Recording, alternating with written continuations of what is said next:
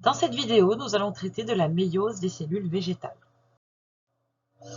Donc reprenons ici une cellule végétale avec son noyau, sa paroi pectocellulosique, sa membrane plasmique à l'intérieur, son cytoplasme normal, et donc son noyau qui contient ici de l'ADN. Voilà, je n'ai pas refait les autres organites pour la bonne et simple raison qu'aujourd'hui leur rôle ne nous intéresse pas. Donc ce noyau est délimité par une membrane nucléaire qui va devoir disparaître pendant justement cette méiose, on verra plus tard. Et puis donc notre ADN à ce stade-là, puisque notre méiose n'a pas commencé, est sous forme de chromatine. Alors qu'est-ce que ça veut dire sous forme de chromatine? Tout simplement, ça veut dire que c'est un brin qui n'est pas replié sur lui-même. Alors évidemment, pour qu'il rentre dans le noyau, effectivement, il est un petit peu compressé, mais en tout cas, il n'est pas organisé, il n'est pas condensé. Donc je l'agrandis un petit peu. Et la première chose qui va se passer, comme avant toute division cellulaire, il va falloir procéder à ce qu'on appelle une réplication, c'est-à-dire qu'on va copier ce brin d'ADN intégralement. Voilà, et cette phase pendant laquelle cette réplication se passe se nomme interphase.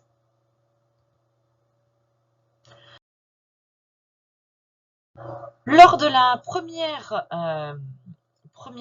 phase de cette méiose, qu'on appelle prophase 1, notre chromatine, notre double chromatine, puisqu'il y a 2 exemplaires de notre brin d'ADN, va commencer à se condenser, se replier sur elle-même pour former des chromosomes. Donc on se rappelle en termes de structure du chromosome. Donc ces chromosomes dans une cellule diploïde, puisque c'est le cas, notre cellule n'a pas encore subi de méiose, elle est diploïde. Chacun de ces chromosomes existe en double exemplaire, qui ne sont pas d'ailleurs forcément équivalents, qui peuvent porter des allèles différents. Même si les gènes sont les mêmes, les allèles, les versions de ces gènes peuvent être différentes. Et donc sur chaque chromosome qui est ici bichromatidien, parce que j'ai 2 chromatides, une ici par exemple, et l'autre là, ce sont des chromatides sœurs. Pour l'instant, elles sont strictement équivalentes. D'ailleurs, elles sont le reflet de la copie de notre ADN. C'est-à-dire que j'ai un exemplaire de mon ADN là, et sa copie juste à côté. Pour l'instant, les chromatides d'un chromosome bichromatidien sont strictement identiques. Et donc, j'ai 2 chromosomes bichromatidiens qui forment une paire. Et donc voilà, j'ai un certain nombre de paires. Là, ici, il n'y en a que 2 paires, mais c'est pour des raisons de facilité de schématisation. Mais sinon, il en existe beaucoup plus, évidemment. Donc pendant cette prophase, la première chose, c'est de fabriquer, prophase 1, pardon, c'est de fabriquer les chromosomes en condensant la chromatine. La deuxième chose, c'est que non seulement notre membrane nucléaire va disparaître, mais en plus, nos chromosomes de chaque paire vont se rassembler. De cette façon. Et quand ils sont rassemblés comme ça, qu'ils sont très très proches, on appelle ça une tétrade. Donc ici, vous avez 2 tétrades qui sont le reflet des 2 paires de chromosomes qu'on avait au début. Également, quelque chose qui se passe pendant cette prophase 1, c'est que comme ils sont très très serrés, ces chromosomes, ils vont pouvoir échanger des portions de chromatides. Regardez,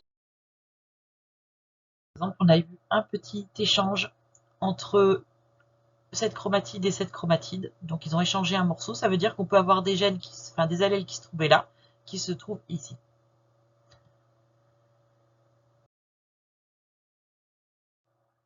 Alors j'ai oublié de préciser, mais les échanges de chromosomes, de morceaux de chromatide comme ça s'appelle des crossing over. Alors deuxième étape, la métaphase 1, regardez nos tétrades, où est-ce qu'elles se sont rangées? Elles se sont rangées au centre de la cellule, sur une plaque équatoriale, c'est comme ça qu'on l'appelle. Alors évidemment ici notre cellule est en 2D, mais il faut imaginer qu'elle est en 3D, et que donc en réalité ce serait plutôt une forme géométrique, voilà. Si on regardait par exemple de ce côté, on s'apercevrait qu'en fait ils sont tous répartis les chromosomes, mais de ce côté on aperçoit comme une seule ligne. Pendant cette métaphase 1, vous allez avoir également la synthèse de microtubules, qui sont des éléments protéiques qui vont tout simplement accrocher chaque chromosome en entier. D'accord? Et donc, ça va permettre la poursuite du processus l'anaphase 1, qui consiste à ce que chaque chromosome migre vers un pôle de la cellule. Donc voilà, alors autant dans les cellules animales, ça peut être dans n'importe quel sens, peu importe l'endroit où se trouvent les pôles, mais ici dans le cadre d'une cellule végétale, c'est souvent dans ce sens-là, c'est-à-dire de droite à gauche quand on regarde le tissu, parce que généralement, voilà, c'est dans le sens de croissance du tissu. Donc ici à l'issue de l'anaphase 1, on a donc un chromosome de chaque paire qui est à une extrémité de la cellule.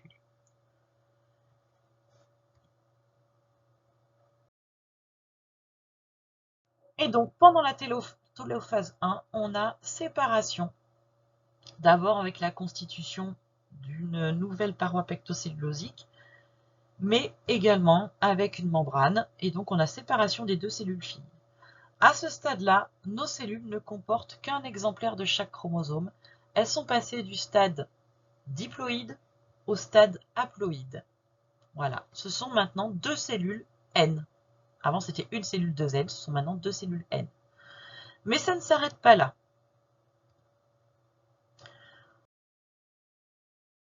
On démarre une autre division. Alors, il peut y avoir parfois une pause, c'est-à-dire que carrément la chromatine peut se décondenser, revenir comme au départ, et la membrane plasmique et la membrane nucléaire se reformer. Mais parfois, c'est direct. Donc là, on se prépare à une seconde division. À noter qu'il n'y a pas d'interface cette fois, hein, comme par rapport à tout à l'heure, puisque de toute façon, on a toujours nos deux exemplaires d'ADN ici.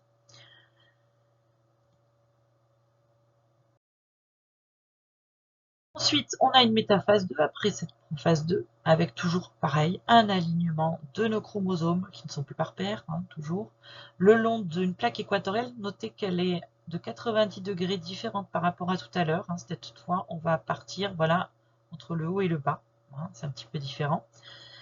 Et donc, de la même façon, on va avoir la synthèse de microtubules qui vont relier cette fois non pas les chromosomes entiers, mais chaque chromatide. Notez ici, cette chromatide par exemple est reliée à ce microtubule. Voilà, on appelle ça aussi des fuseaux, parce que ça fait penser un petit peu aux fuseaux horaires. Imaginez plaque équatoriale, ça fait penser plutôt à l'équateur, et ici des fuseaux. Voilà. C'est juste pour vous expliquer pourquoi on a nommé ça de cette façon. Pendant l'anaphase 2, vous doutez un petit peu de ce qui se passe. Évidemment, les chromatides sœurs se séparent. Et on va se retrouver avec une dernière étape. La télophase 2, pendant laquelle on a séparation des nouvelles cellules filles. Voilà, avec constitution évidemment d'une nouvelle paroi pectocellulosique, mais également d'une nouvelle membrane. Donc à ce stade-là, on obtient en totalité 4 cellules filles qui sont toutes à N chromosomes et qui comportent ici des chromosomes non plus bichromatidiens mais monochromatidiens car il y a une seule chromatide. Donc voilà, 4 cellules filles haploïdes. Donc les chromosomes sont dits monochromatidiens, c'est ce que je vous disais juste avant. Si on fait un petit bilan sur la variation de ploïdie. Donc au départ, j'ai ma cellule 2N, je matérialise ça avec des chromosomes ici bichromatidiens qui sont par paire. Donc jusqu'à ce que j'arrive à la télophase 1 où j'ai vraiment la séparation entre les deux cellules filles, j'étais à l'état diploïde. J'avais tout simplement toutes mes paires de chromosomes ensemble dans une même cellule. Mais à partir de la télophase 1 où j'ai la séparation entre les deux cellules filles, je vais me retrouver avec un chromosome de chaque paire dans chaque cellule, donc j'arrive au stade haploïde, j'obtiens 2 cellules haploïdes. Notez que cette première division, qui consiste en prophase 1, métaphase 1, anaphase 1, télophase 1, s'appelle division réductionnelle car elle réduit le nombre de chromosomes. On passe de 2 chromosomes par paire à 1 chromosome isolé. Donc voilà, au niveau de la quantité d'ADN, notez qu'à partir de cette télophase 1, je divise par 2, Q, donc la Q sur 2, ma quantité d'ADN. Et je continue.